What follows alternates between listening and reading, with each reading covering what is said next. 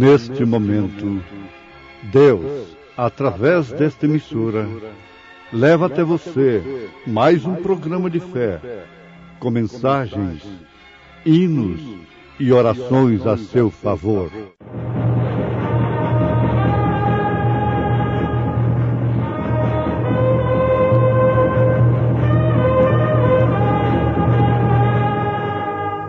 Fé para vencer. Somente crer, somente crer, tudo é possível, somente crer. E eu, quando o vi, caí a seus pés como morto. E ele pôs sobre mim a sua destra, dizendo-me: não temas, eu sou o primeiro e o último, e o que vivo e fui morto, mas eis aqui estou vivo para todo sempre. Amém. E tenho as chaves da morte e do inferno.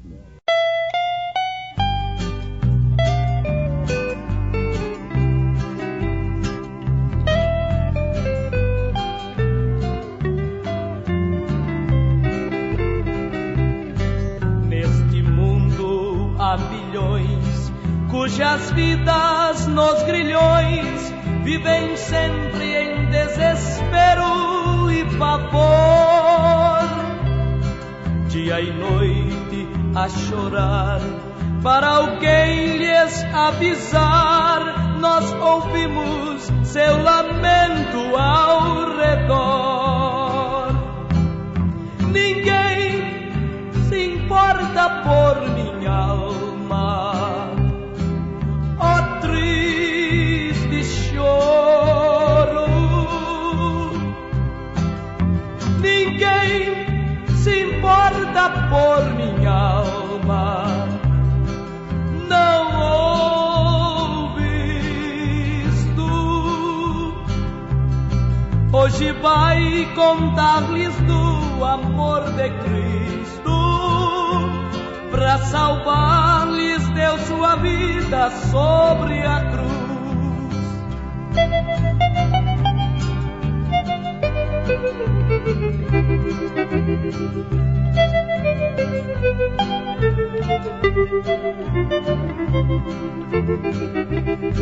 Neste mundo há milhões cujas vidas em prisões vivem a oferecer um culto vão, sem saber que o Salvador deu sua vida em grande amor, para salvar-lhes o seu sangue derramou.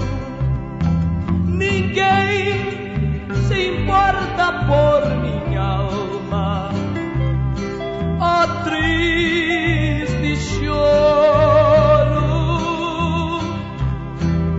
Ninguém se importa por minha alma, não ouves tu. Hoje vai contar-lhes do amor de Cristo. Para salvar-lhes deu sua vida sobre a cruz.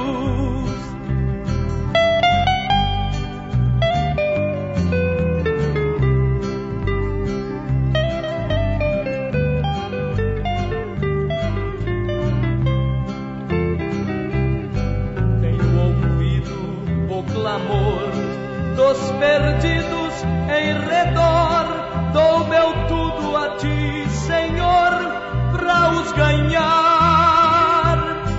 Seja longe ou perto a ir, para morrer ou para viver, aos perdidos quero Cristo anunciar.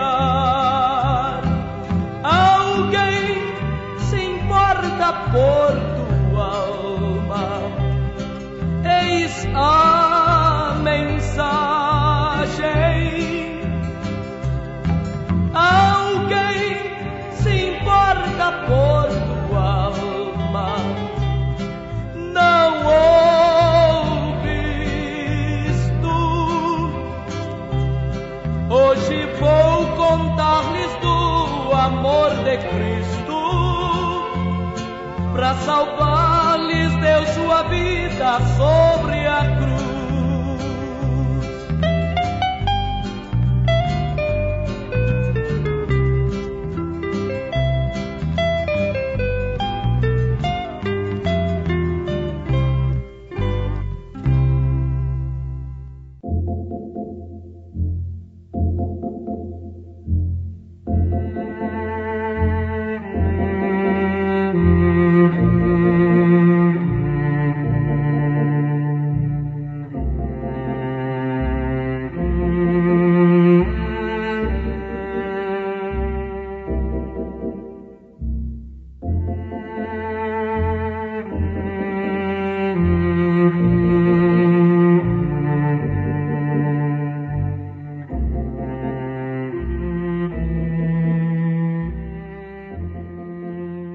Ouvintes, dizem que a Igreja de Jesus Cristo está edificada sobre Pedro, mas isto é um engano. Quando devíamos aceitar as coisas que Pedro escreveu, não aceitamos, e no entanto queremos uma igreja edificada sobre ele. Jesus deixou bem claro que a igreja seria edificada sobre a revelação que Pedro teve. Não tu revelou a carne nem o sangue. A igreja cujas portas do inferno não prevaleceriam contra ela é aquela que é edificada sobre a revelação. Portanto, essa igreja deve estar edificada sobre a doutrina de homens que tiveram a revelação. Você compõe o corpo de Cristo, o organismo vivo. Você compõe o povo que é separado, que significa igreja. E você deve analisar se a sua doutrina é baseada numa verdadeira revelação. Você pega muitos fios. Nós usamos dizer, encontramos o fio da meada. Mas você tem que encontrar um que vá estar bem amarrado, firme, lá na doutrina dos apóstolos e dos profetas. Caso contrário, você está iludido, enganado. São Paulo disse ao contrário. Ele não disse que a igreja está edificada sobre Pedro.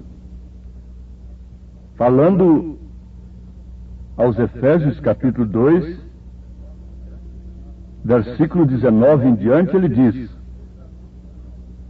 assim que já não sois estrangeiros, nem forasteiros, mas concidadãos dos santos e da família de Deus, edificados sobre o fundamento dos apóstolos e dos profetas, de que Jesus Cristo é a principal pedra da esquina. Agora vejam, a opinião de Paulo está completamente contrária à dos homens. Ele, na verdade, foi revelado. A sua palavra, a sua mensagem, a sua doutrina foi revelada, começando pelo batismo.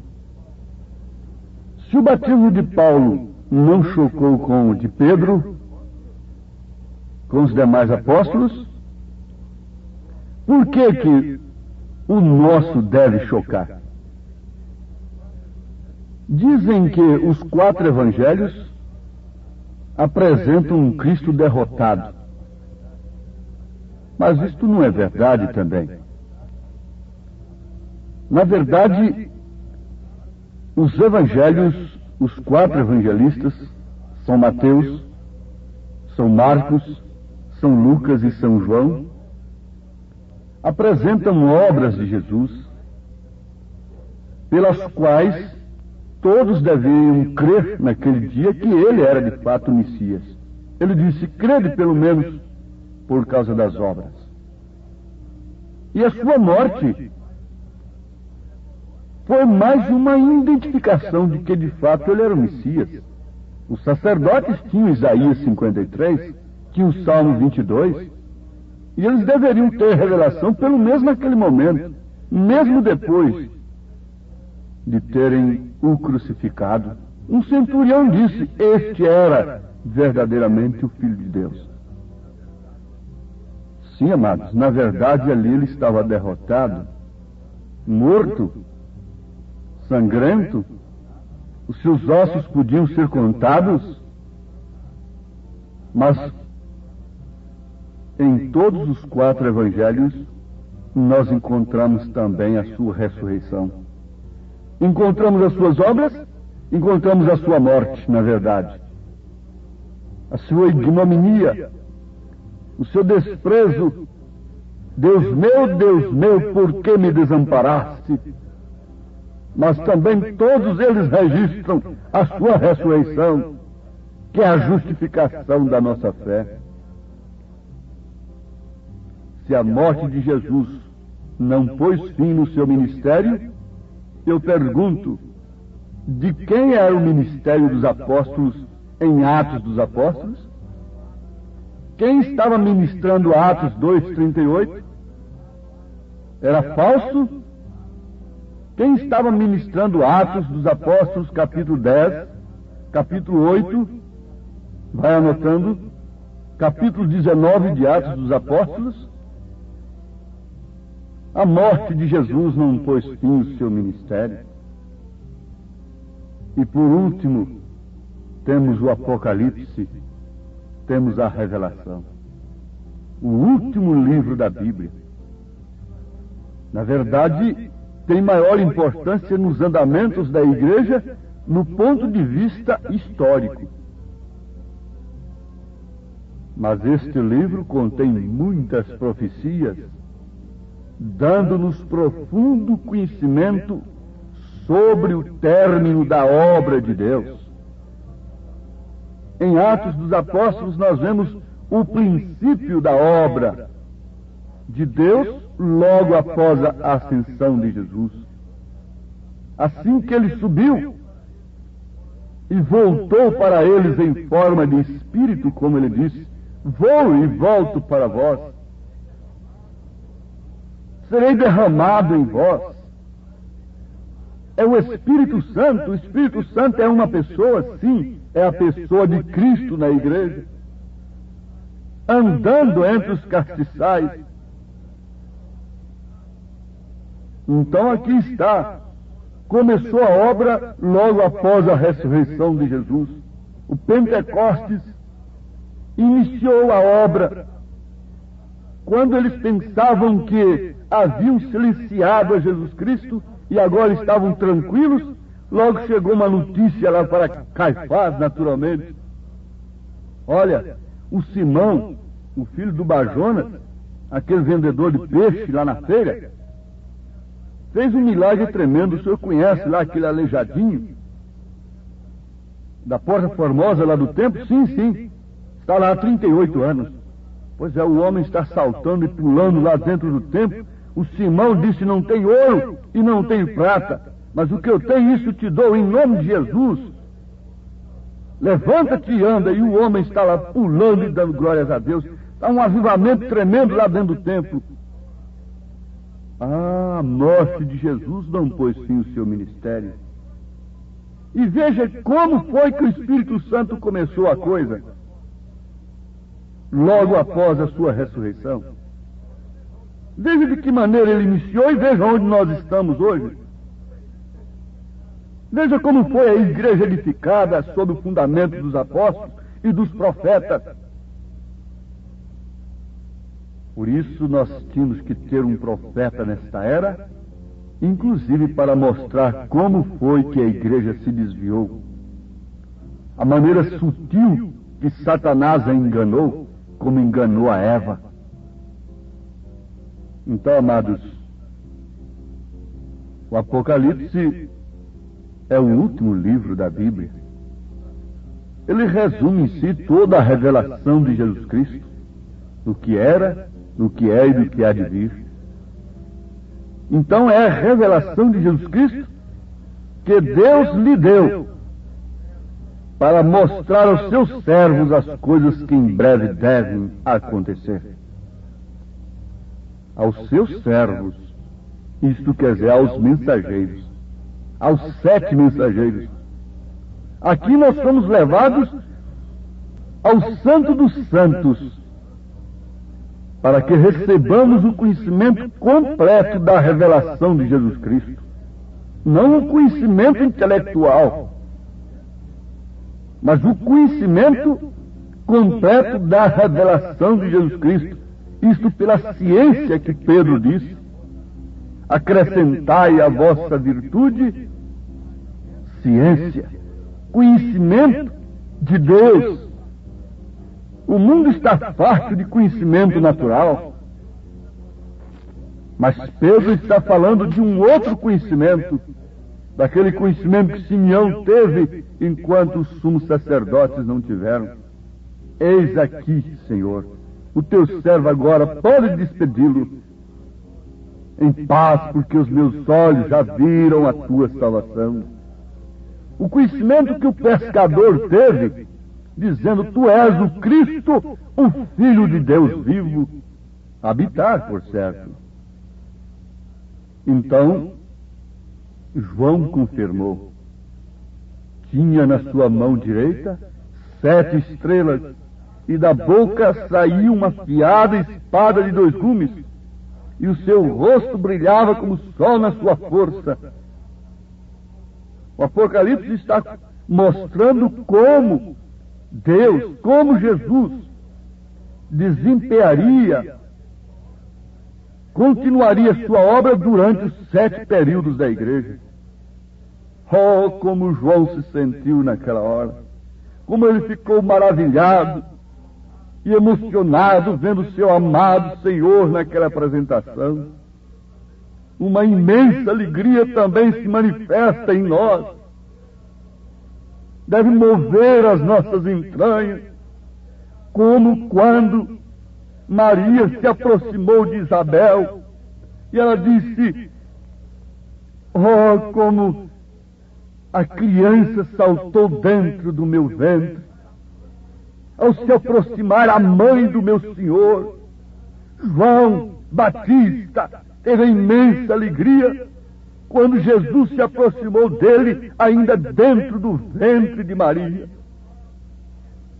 Agora nós, os céticos, os pseudos intelectuais desta era, não sentem nenhuma emoção com toda a obra de Jesus realizada e todas as suas promessas manifestadas.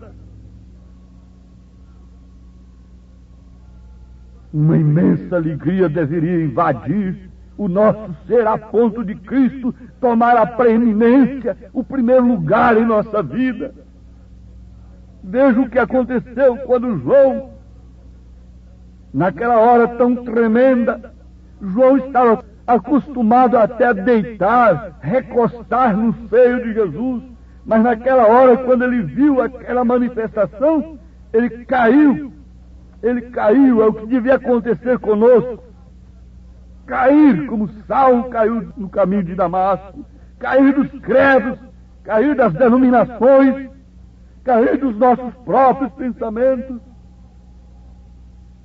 E João estava acostumado a comer com Jesus, a recostar no seu seio, mas quando viu aquela sétupla glória, ele caiu aos seus pés como morto. Isaías estava acostumado a pregar, a profetizar, mas veja no capítulo 6 do seu livro, quando ele viu aquela glória, o que aconteceu. E Wesley, quando viu essa glória, ele disse: quem me converterá? Pregar bonito, eloquente, todo mundo prega, tanto da mensagem como fora da mensagem. Mas tem uma experiência da revelação de nosso Senhor Jesus Cristo que põe o ego por terra, o eu por terra, e nós caímos não numa imperfeita debilidade, nós caímos não numa frustração e cheios de complexo e de dúvida se devemos ou não continuar neste caminho de pregar a palavra. Nós caímos em perfeita debilidade, não em imperfeita debilidade. E quando nós caímos em perfeita debilidade, o que acontece? A perfeita força opera em nós. Veja o que aconteceu quando João caiu. A perfeita força entrou em ação. Diz a palavra, mas Jesus pôs sua mão direita sobre ele e disse: não temas, eu sou o primeiro e o último, aquele que vive. Estive morto, mas eis que estou vivo pelos séculos dos séculos. Como João se exultou naquela hora. Nunca havia caído ao ver Jesus, mas agora ele caiu como morto e levantou-se com uma nova experiência. Jacó lutou com o anjo e saiu de lá com a outra experiência de Deus. Não era somente a primogenitura, não era somente o dom, não era somente nada dessas coisas que nós podemos fazer muito com elas para Deus. João se levantou pela força e pelo poder da mão direita de Jesus para ver a revelação do Apocalipse. Mas antes ele teve de cair como morto. Como você pode ver a revelação do Apocalipse? Através de seus próprios binóculos, homem. Como nós podemos ver? Nós temos de cair como mortos. Paulo teve que cair como morto. Isso é Bíblia. Isso aqui não é um compêndio de historinhas. Isso aqui é a verdade. E logo em seguida ele recebeu a explicação sobre o mistério dos 7 candeeiros e das 7 estrelas. O próprio Jesus interpretou para ele o que são as 7 estrelas, o que são 7 candeeiros, que os homens querem discutir ao contrário hoje, dizendo que não há 7 eras, que não há 7 mensageiros. Mas se a Bíblia diz que há 7 mensageiros, e já encontramos 6 deles, onde estaria o 7º? Pela sua mensagem você ficará sabendo. Procure conhecer a mensagem do 7º mensageiro. Caia por terra. Jesus te levantará com a sua destra, com a sua mão direita, e te mostrará o resto do Apocalipse. E Deus os abençoe. No nome santo de Jesus Cristo, é o que nós pedimos nesta hora, sob a graça do Senhor Jesus, que aqueles que se humilham sejam exaltados pela destra do Senhor Jesus. Aqueles que caem por terra, deixando o seu eu cair, todos os seus pensamentos próprios, toda a armadura de Saul, como Davi arrancou tudo aquilo. Então agora Jesus diz: agora eu te dou a minha direita, levanta-te, vamos de uma maneira diferente agora. Vamos, pregador, caia de tudo isto que você aprendeu. Levanta-te agora pela destra de Jesus, pelo poder de Jesus, pela direita de Jesus. Você aceita? Deus te abençoe. Amém.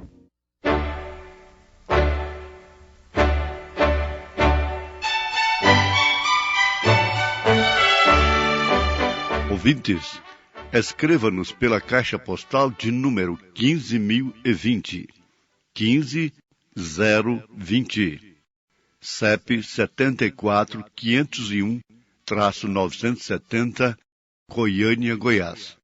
O nosso endereço na internet é www.apalavraoriginal.org.br. Volte a nos ouvir amanhã novamente neste mesmo horário, nesta emissora, se o Senhor nos permitir, com fé no Filho de Deus, a fé que vence o mundo.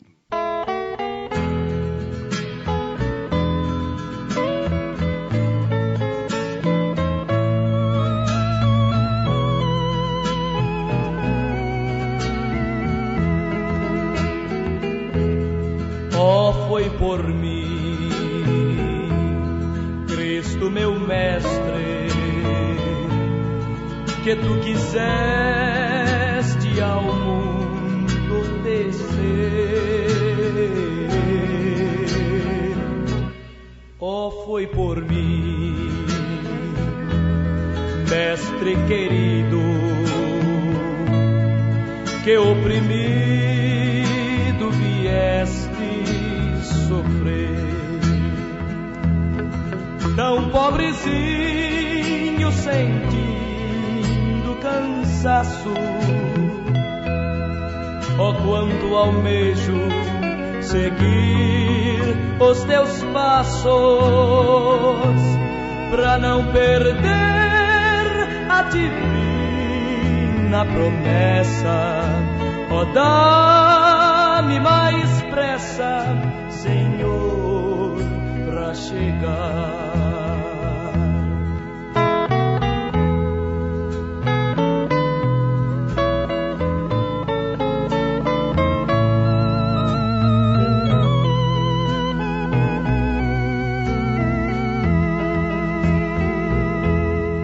Oh, foi por mim que tua vida imaculada vieste entregar. Oh, foi por mim, eu reconheço, por isso venho, Senhor, te louvar. Tão pobrezinho, sentindo cansaço, oh, quanto almejo seguir os teus passos, pra não perder a divina promessa. Oh, dá-me mais pressa, Senhor, pra chegar, pra não perder a divina promessa. Oh, dá-me mais pressa, Senhor, pra chegar.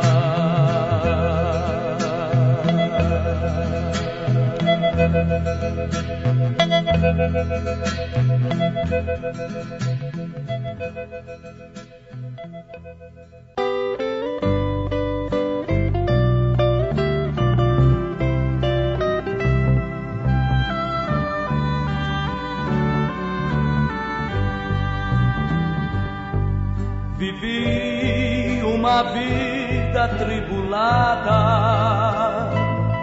sem conhecer a luz de Jesus, tal como peregrino em erma estrada, seguia uma cruz sem Jesus. Eu estava perdido e abandonado, sem ter Jesus no meu coração.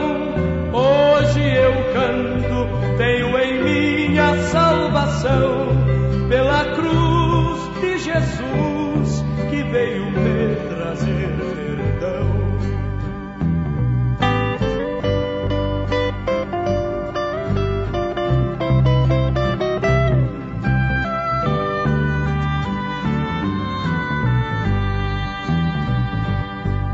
Cansado, solidão, pesado fardo, senti um dia a mão de Jesus, livrando-me para sempre do pecado, pregando-os na cruz com Jesus. Eu estava perdido e abandonado, sem ter Jesus no meu coração. Hoje eu canto, tenho em mim a salvação, pela cruz